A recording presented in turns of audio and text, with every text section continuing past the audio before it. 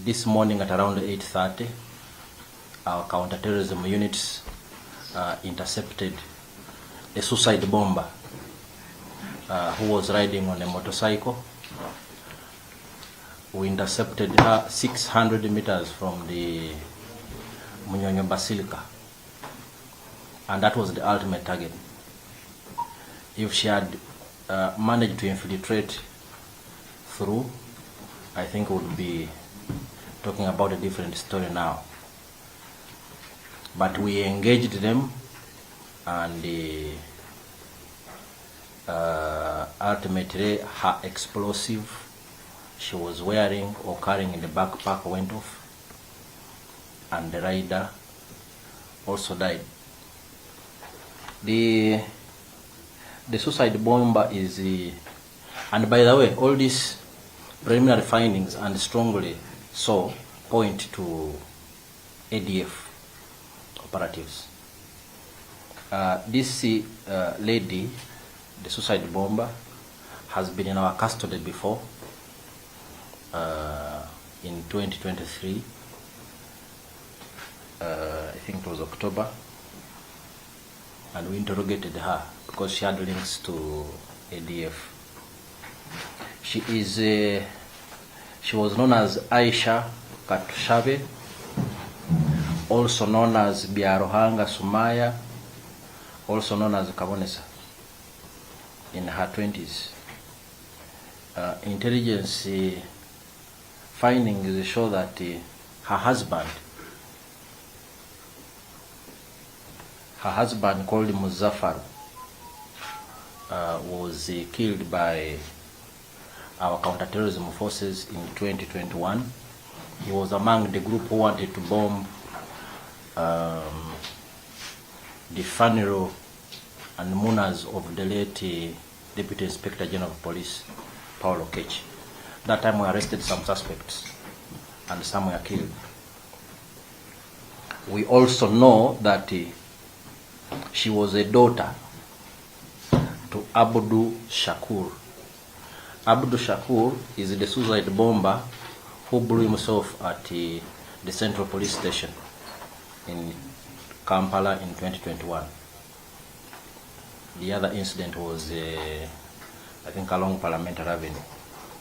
So these are strong links to ADF, which we knew about. And in relation to today's event, intelligence was aware that the ADF was planning to attack worshippers and pilgrims on this day. In fact, 2 days ago, we arrested a suspect who is in custody right now, and he gave us very useful information.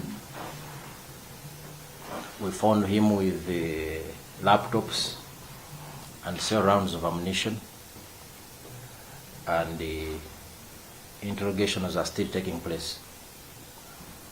So we had strong links, and our people on the ground today, we are very vigilant and aware, and we congratulate all the security forces today who are in the field, the UPDF, the Uganda Police Force, and the intelligence services, for preventing a catastrophe. We could have been talking about many people dead and injured today, and the entire city would have been in a panic and confusion. So briefly, that's about the event today, but I think the important message is that we have, again, the security forces delivered a successful Martyrs' Day celebrations, and thanks to them, nobody has died, nobody is injured, although there were attempts to do so by some clearly very negative forces in our side. Any questions? Yes. About the rider? Oh yes.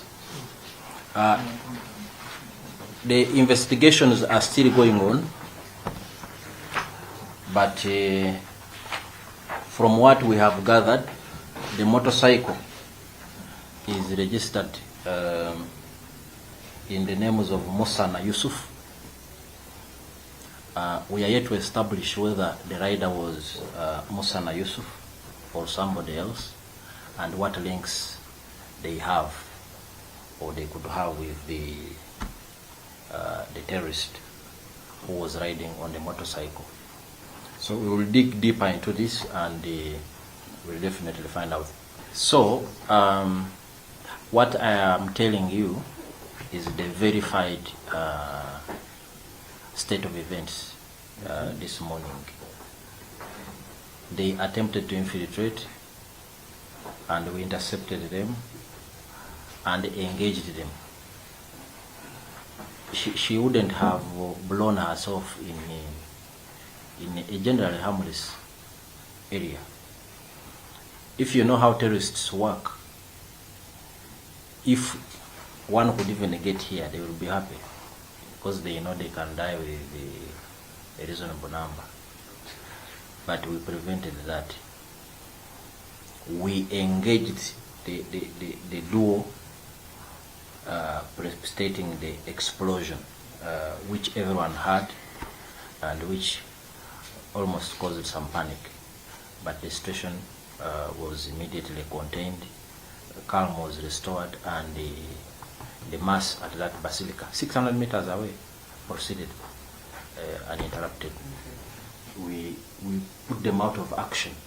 It was not their choice to detonate from that position. Their choice was to infiltrate a mass gathering and explode and kill and injure as many as possible. We intercepted and engaged them. And our actions, actually some bullets were discharged. Our actions caused the explosive to go off. You understand what I'm saying? Our actions caused the explosion to go off. It was not voluntary. The process of challenging is it is a process. Verbal, who are you? Can you identify yourself? What are you carrying? If someone is not cooperative, then you can engage and discharge. And that is as far as we went. And the explosive went off. Sometimes these terrorists prefer to die instead of being captured. So I cannot for certain conclude that our bullets caused the explosion or the terrorist in her desperate moment detonated the explosive. But they were certainly engaged and challenged, and the explosive went off. So in that case, we put them out of action, and that is the good news because we prevented the loss of life. It would be a different story right now, and thankfully it hasn't. This is when we had her in 2023 in October, when we interrogated her, and later we released her.